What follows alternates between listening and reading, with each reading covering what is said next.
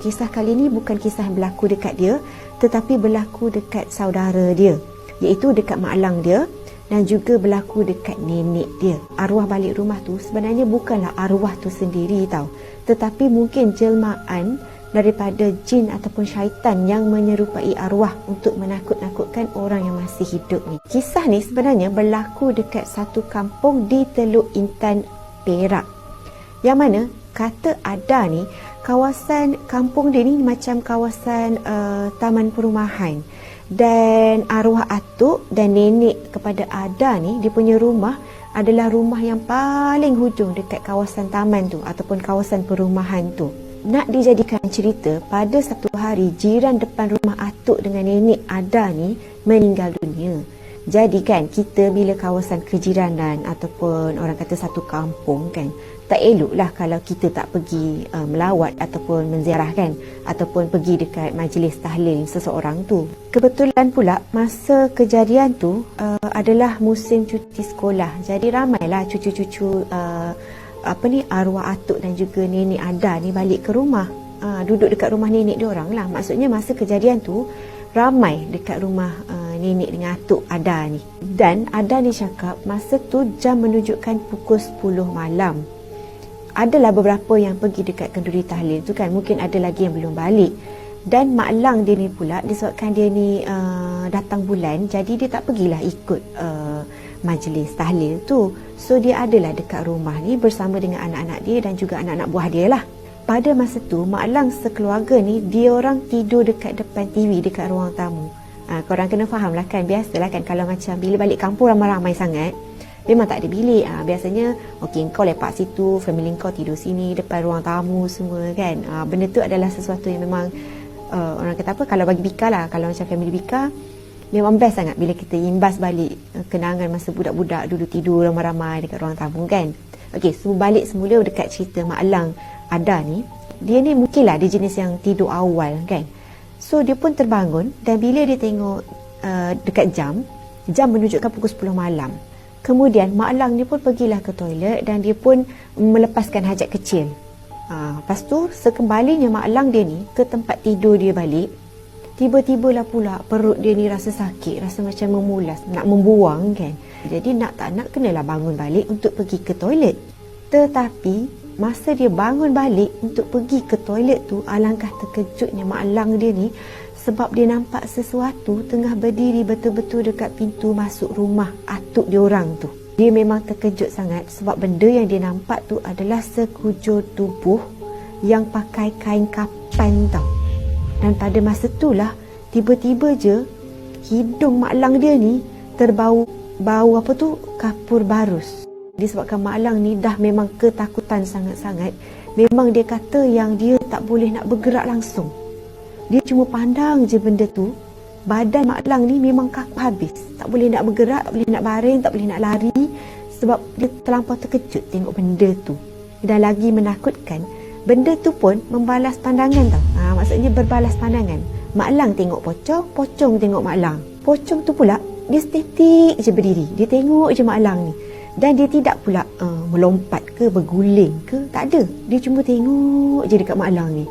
Memanglah dia tak ada menegur, berguling, bergolek apa semua, tak ada. Tapi kalau korang nampak benda dalam bungkusan kain kapan, tengok je dekat korang kan. Korang nak buat apa? Kalau kita setengah orang mungkin dah pengsan dekat situ juga, ataupun mungkin boleh lari. Tapi mak lang ni dia punya badan tu tak boleh nak bergerak, dia kaku. Jadi dia pun menggagahkan juga badan dia ni untuk memusingkan badan dia. Dan dia cubalah untuk tidur kan dalam keadaan ketakutan. Dan keesokan harinya, mungkin disebabkan oleh dia terlampau takut malam tu dan terlampau terkejut, keesokan harinya mak lang dia ni memang kesian sangat sebab mak lang dia ni demam panas. Sebelum Pika teruskan dengan kisah kedua yang berlaku dekat family Ada ni, yang mana kisah kedua ni berlaku dekat nenek dia pula. Tadi berlaku dekat mak lang dia.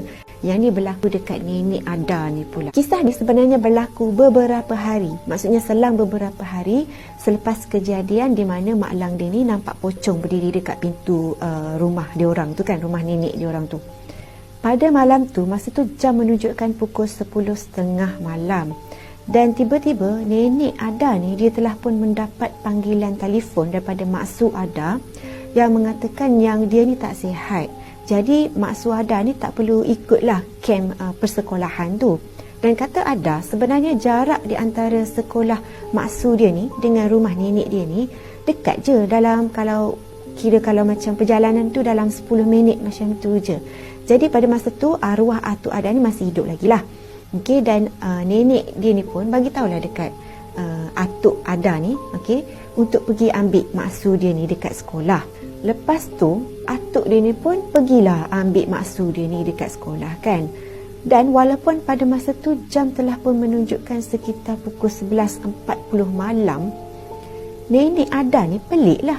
Perjalanan sepatutnya dalam 10 minit je, patutnya dia orang dah sampailah dekat rumah kan. So nenek dia ni pun duk tengoklah dekat kawasan sekitar pekarangan rumah tu, manalah suami dengan anak bongsu dia ni, kenapalah tak sampai-sampai lagi dekat rumah. Tidak lama kemudian, disebabkan nenek dia tengah duk menunggu kan, tidak lama kemudian nenek dia dapat dengar bunyi pintu pagar, seperti bunyi pintu pagar yang dibuka kan. Jadi nenek dia ni ingatkan yang suami dia dan juga anak bongsu dia ni yang dah balik tu.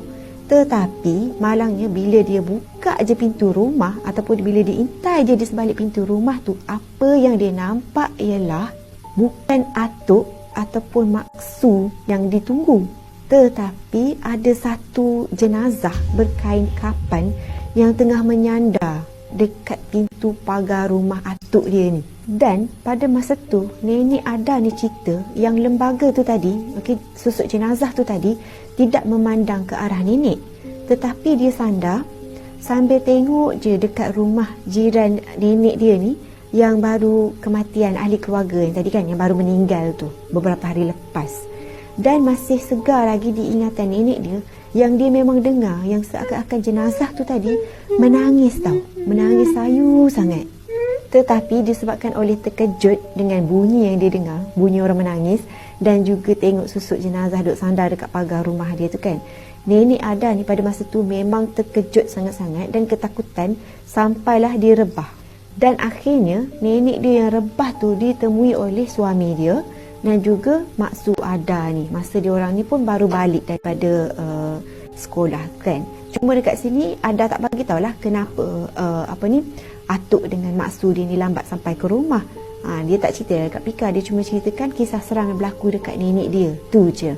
Jadi disebabkan mereka ni macam pelik lah kejadian yang berlaku dekat family dia orang ni kan, selepas daripada kematian jiran depan rumah tu.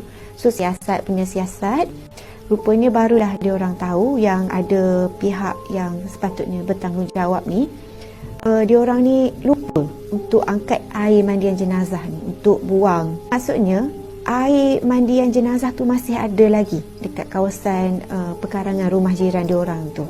Jadi mungkin mereka kaitkan lah, mungkinlah disebabkan tu benda tu mengganggu. Yang tu semua wallahu alam lah, kita tak tahu kan, sama ada benda tu muncul dalam jemaah dalam bentuk jiran dia tu untuk menakutkan family Ada ke, ataupun ada kisah lain di sebalik tu. Yang tu semua memang dia orang tak tahulah.